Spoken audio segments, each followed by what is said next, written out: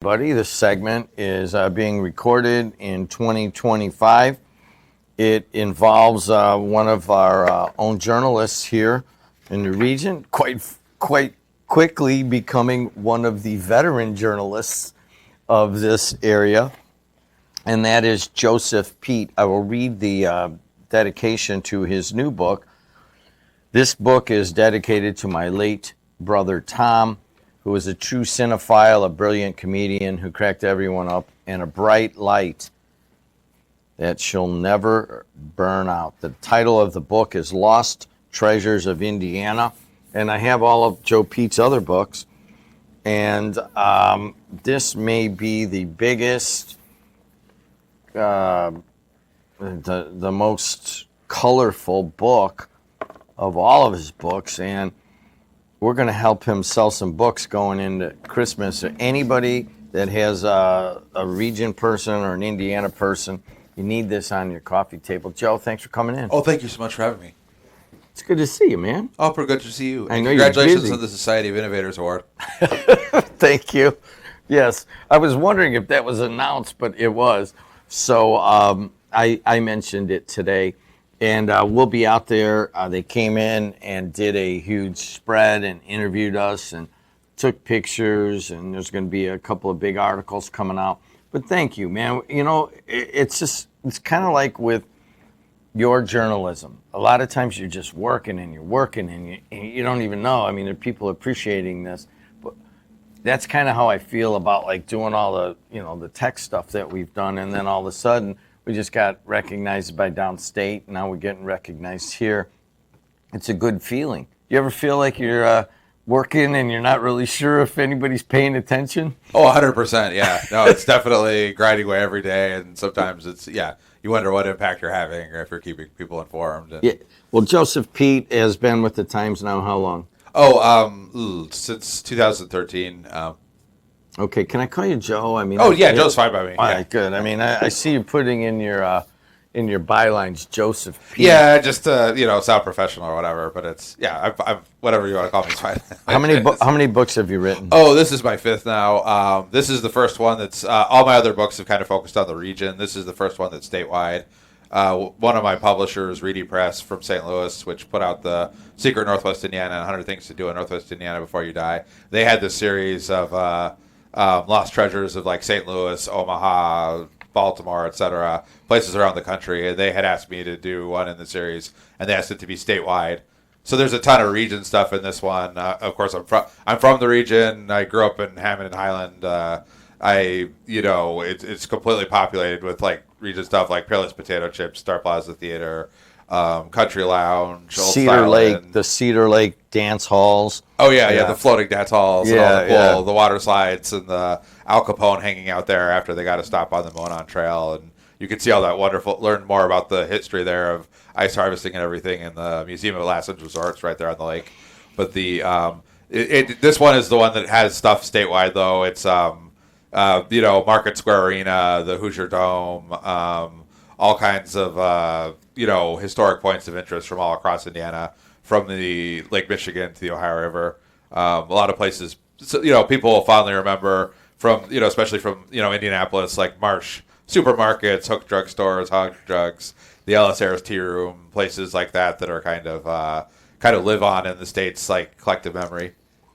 So Joe Cimino is taking a little break, and we'll have him zoom in on this. But the other ones were smaller books, and they were not picture-based as much. This is a true part of a series. I mean, this is it's a beautiful book. Now, is this made to sit on, kind of a coffee table book? Oh, yeah. They definitely intended as a coffee table book.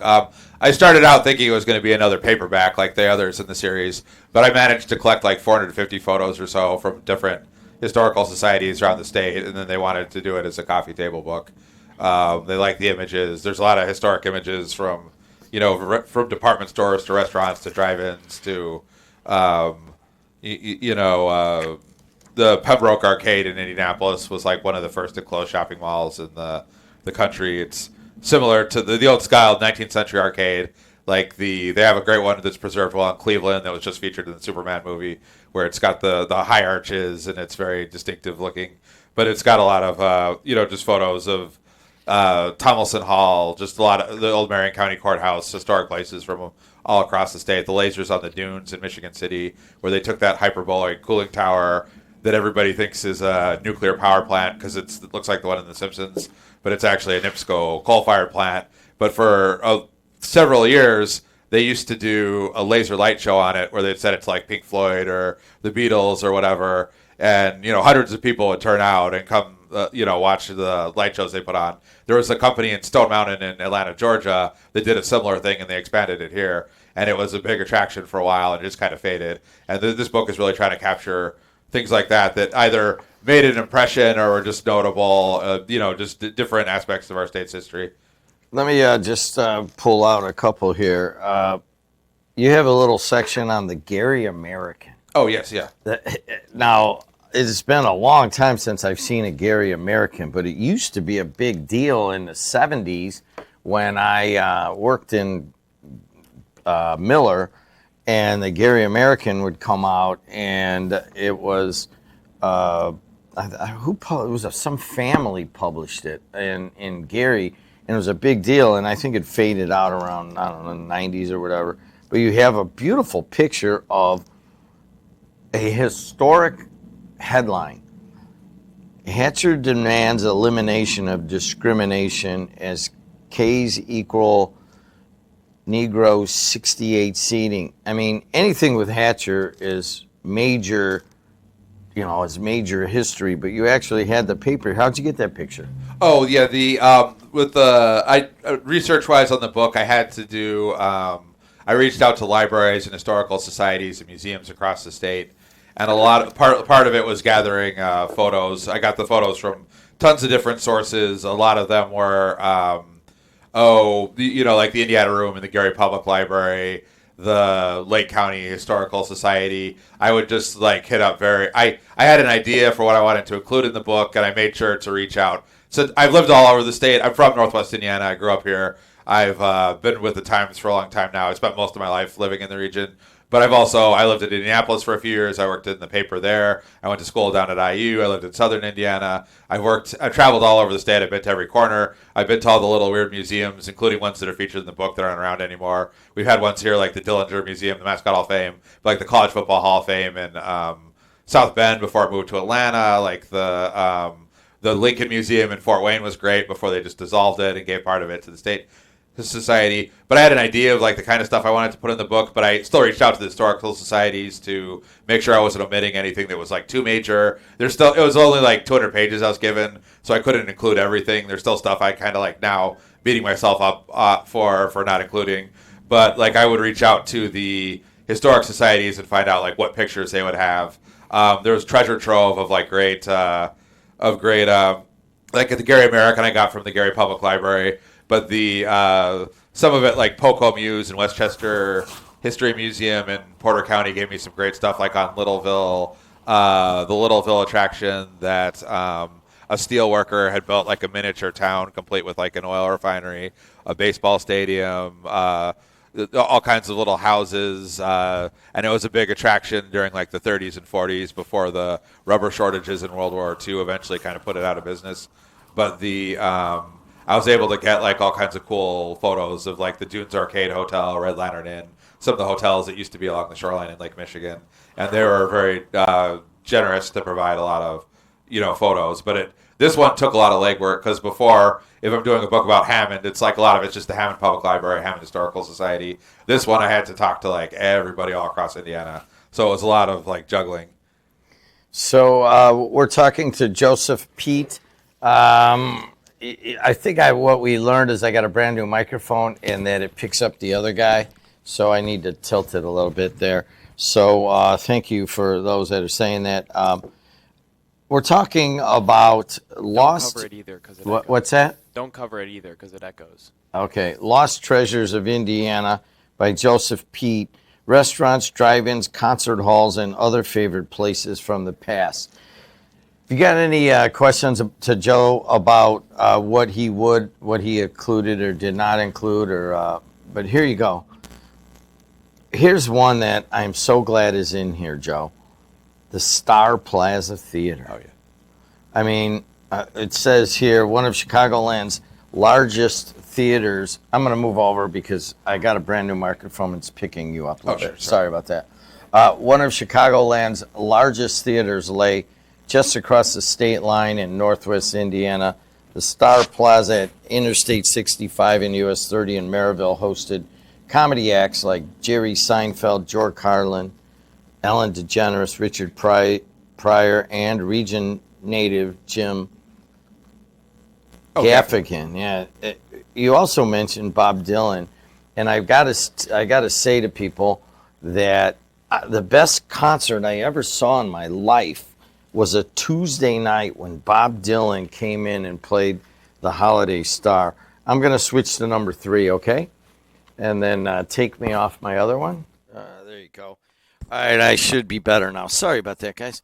I got some new equipment. I don't think people realize how much history was in the Star Plaza Theater. You know what I mean? Oh, It's absolutely. crazy. What did you? I'm sure you did some research on it. What'd you find? Oh, absolutely. Well, yeah, this is one example of like this is kind of an extension of the work I've done as a journalist too, because I was fortunate enough I was unfortunate that it closed, but I was able to cover the historic closing of it and talk to like Charlie Booker and get to do some in-depth interviews and tour around it, like when it and talk to people like the Oak Ridge Boys when it finally when they decided to close it. But no, it was obviously hugely significant. The White family built it as the Holiday Star. They brought in like Donna Sumner at the height of her fame for the like opening an act, and it had some of the biggest names in entertainment all throughout the 80s, 90s, and so forth. And it was I think it was the second or third largest theater by seating capacity in all of Chicagoland. But part of the problem why it ultimately closed is like a lot of the economics of the music business. Like they used to make a lot of money from selling CDs and vinyl records and tapes, and that's kind of gone by the wayside with streaming. So now they depend heavily on the concert revenue. So a lot of the concerts that before would have been in a more intimate kind of theater setting with good acoustics and so forth have been moved to places like the United Center or Soldier Field, and they do like a lot of stadiums and arenas now, particularly the bigger acts that can fill them. So that really was kind of not necessarily the death knell, but it really hurt a lot of the smaller theaters like the Star Plaza. Because they're just not going to be able to pack in 18,000 people like the United Center, and but they did have a kind of a comfortable, like they were my understanding is they were profitable even up to the end. They kind of brought in acts that they knew people liked. They brought in regular acts like Weird Al Yankovic, who would come by every couple of years. Whether they're a consistent draw, they kind of kept the overhead low, but they were eventually looking at, the facilities were aging, both the everything there. The Twin Towers were aging, the Radisson Hotel was aging, the theater itself was aging. They were really looking at redeveloping the site, which unfortunately didn't ever come to fruition. But Bruce White had a vision for how to kind of prep the site and what to do with it for the next generation, and it never did come to pass. But they were, it was obviously implanted in many people's memories. It still has an effect today. I mean, it was like the home for the symphony. They had their big concerts. They had their big Christmas concerts there. They've since moved to a church on the border of Crown Point and Maryville, but they're still looking at like venues where they can kind of, pack that many seats as they used to. They started doing the Hard Rock. The Hard Rock has in some ways replaced the Star Plaza. They are booking a lot of the kind of the top tier musical acts that the Star Plaza used to, people like the Killers and so forth. But a big difference is it's a casino, so it's over 18, whereas the Star Plaza had a lot more sort of family entertainment, like I saw Disney Barney. on Ice. I saw Yeah. Barney there. Oh, absolutely, yeah. They can't do that unfortunately at Hard Rock. As great a facility as it is, but they can't do a lot of the family stuff that they used to. And the Star Plaza also, one of the great things we lost in the region when we lost it was a big opportunity for a lot of the both like community theater and then the high school kids. They would have the graduations there, but they would also have some theatrical productions, and it was a chance to, whether it was kids playing with the symphony or it was theater, they got a chance to be on a professional theater stage. They got to be in the spotlights. They got a real world-class experience that there's nowhere currently for them to get. Joe, And I know we've talked about it before, but we actually have a program now where we have like 16 podcasts. And the reason I say that, and I keep bringing it up to you, is I'm going to put you and Adriana together just to talk. I don't have anything to do with it. It's run by all these students. But I feel like your depth of knowledge of each of these attractions or events or iconic museums and that have all closed, it's almost like you could just push a button and you know so much about all of these things. I mean, how do you go about getting that depth of knowledge to write a book like this? I mean, you've got probably 300 different ones, maybe different things mentioned in here. Oh, absolutely. And you could talk about each one of them, I'm sure. Well, the region ones I'm a little bit more familiar with than some of the other ones. It was just kind of I was either loosely familiar with it or I was loosely familiar with it or I was just discovered it for research, because a big part of the book too is geographic representation. Like there's a ton of stuff. Lake County is the second most populous in the state, so there's a lot of like Northwest Indiana stuff. There's a lot of Indianapolis stuff. But I also tried to make sure to include every corner of the state, every city, Terre Haute, Anderson, Muncie, places from Columbus to New Albany, to make sure the whole state geographically was represented. Obviously, there's going to be the more population, the more landmarks there are going to be, the more lost stuff there's going to be. So there's a higher concentration of stuff in Indianapolis, but I made sure stuff like in Columbus or in Evansville, they used to have at the zoo, the Mesker Park Zoo, they used to have a monkey house where they had a replica of one of Columbus's ships, 2/3 to scale, and they had monkeys running wild on the Columbus thing, and it was very prominent attraction. It was featured in stuff like Vladimir Nabokov's novel Lolita mentioned it. It was so odd. And then it was as part of a road trip stop, along with places like the Corn Palace in South Dakota that's still iconic to this day. There's strange places across Indiana like Butt Drugs, but a lot of which is a pharmacy. Yeah. Talk about Butt Drugs. Okay, sorry, but Butt Drugs it gained a lot of notoriety in the internet age, but it had been around for. Oh, it was family owned. It had been around for 60 or 70 years before it ultimately closed. But it was just an old school pharmacy. The pharmacist's name was Butt, but the name was unintentionally funny. It sounds like something somebody's smuggling into prison or that type of thing. So they were able to do a lucrative side business where they would sell T-shirts like "I love butt drugs" and things like that. But it was an actual place in Seymour. People would stop and take pictures of the sign and so forth. But it finally, like so many independent pharmacies, they retired. They'd end up closing. But going back to your point though, I was so a lot of the region stuff I'm just familiar with because I'm from here. I've written about it before or I've covered it. And then a lot of the stuff in the book is kind of in the same vein. Like I lived in Indianapolis. I've always been interested in history, so I've kind of I stop and read the historic markers when they're there. I make sure I brush up on the history. But then this book, in some ways, it's a lot of personal stuff. Like a lot of the IU stuff or the stuff about Bloomington was stuff I was kind of fond of when I was there. Like the Irish Lion recently closed, so that had to be included because that was the Irish Lion. Oh, closed? Unfortunately, yeah. I got thrown out of there once. I'm sure many people did though. That's the thing. Don't put that in your next book. I try to include stuff like that for that reason because a lot of people have had experience in these places. But stuff like the Von Lee or the Plan 9 video store, places that people kind of fondly remember, and a lot of it I've had firsthand experiences with. But then it was just just doing a lot of research and reading up on it, talking to the historical societies, checking with the libraries. I've gotten with 5 books now, I've kind of gotten pretty adept at the research, I think. I know how to look up, old news articles and dig up material, dig up records, whether Secretary of State registrations or that kind of stuff. It's one of the other ones you have in here is the College Football Hall of Fame. And it was in South Bend, and I thought they were gonna put a ton of money and have the College Football Hall of Fame.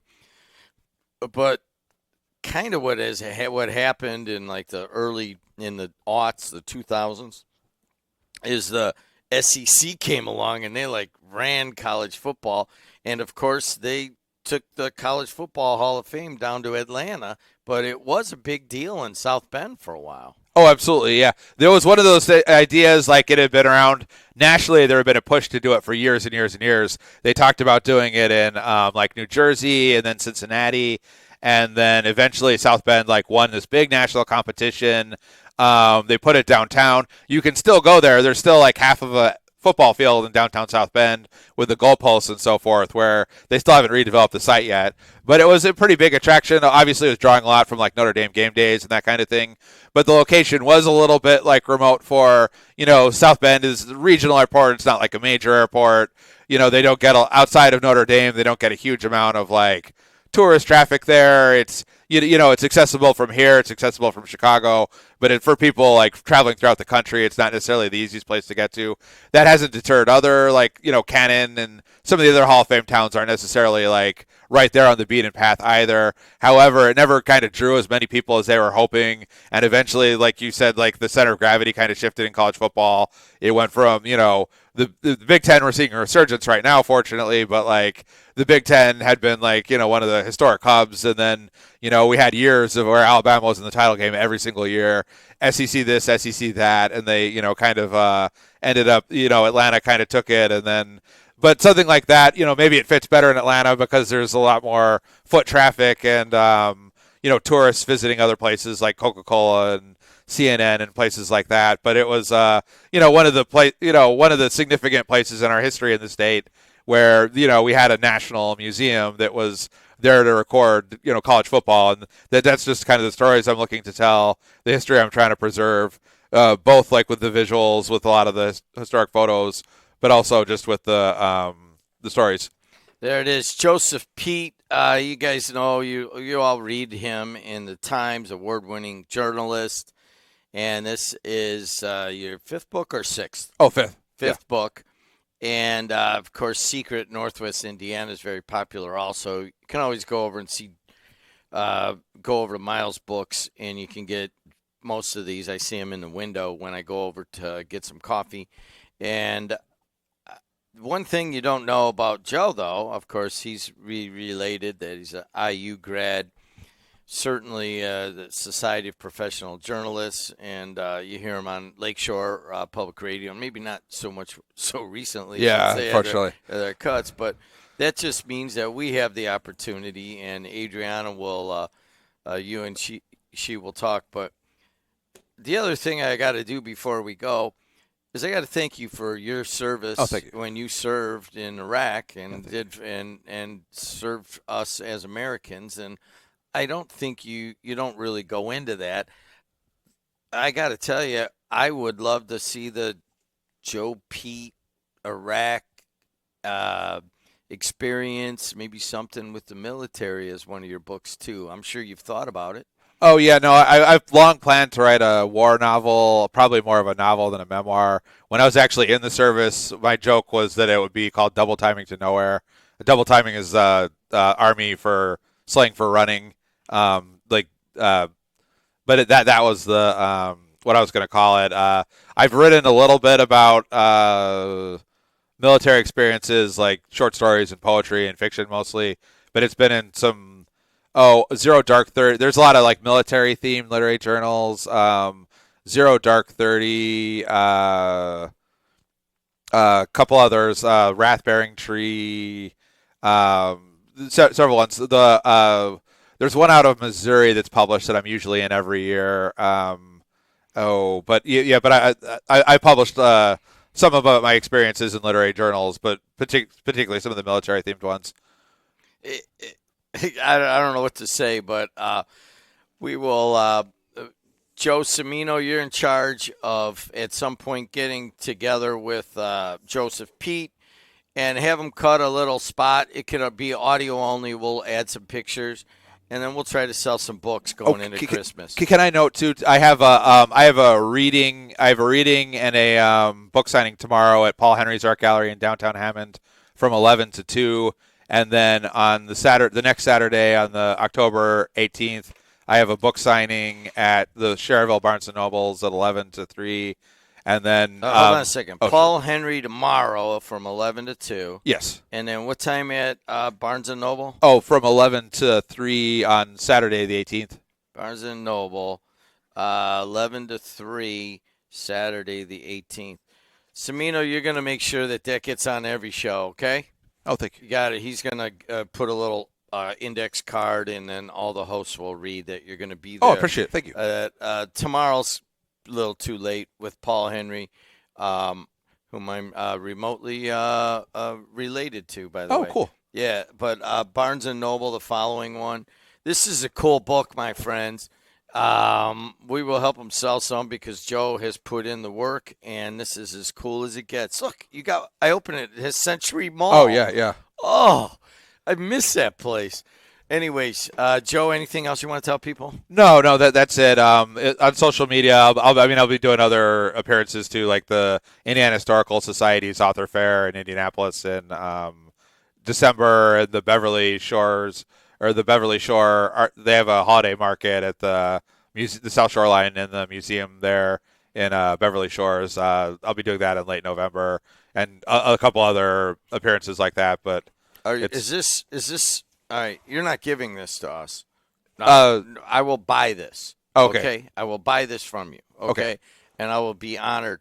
But will you sign it? Oh, absolutely, yeah, 100%. Well, you don't have to sign it live on the air. You can do it during a commercial. But I will buy this book for Joe, Pete, and you should buy one too. Where can they buy them? Oh, they're just local. They're available at local bookstores. You mentioned Miles, like Miles, Green Door Books, The Press in Valparaiso, Barnes & Noble, Books A Million, anywhere that stocks books. This one, too. The other ones are region-focused. This one should be all over the state. But any bookstore in Indiana, it might be in a couple surrounding states, too. But I would promote local businesses and bookstores over, obviously, Amazon and so forth. Have you thought about what you're going to call your podcast? Oh, not yet, no. You better start thinking about it because when Adriana calls you, she usually moves very quickly. Okay. Okay. All right, guys. You'll be hearing from Joe Pete. Buy his book. And if you're not doing anything next Saturday, we'll promote it. Or this Saturday, come out and see him and meet him and buy a book. All right. Until next time. Oh, thank you so much. I appreciate it. Thank you. I'll be right back on the Voice and Face of the Region.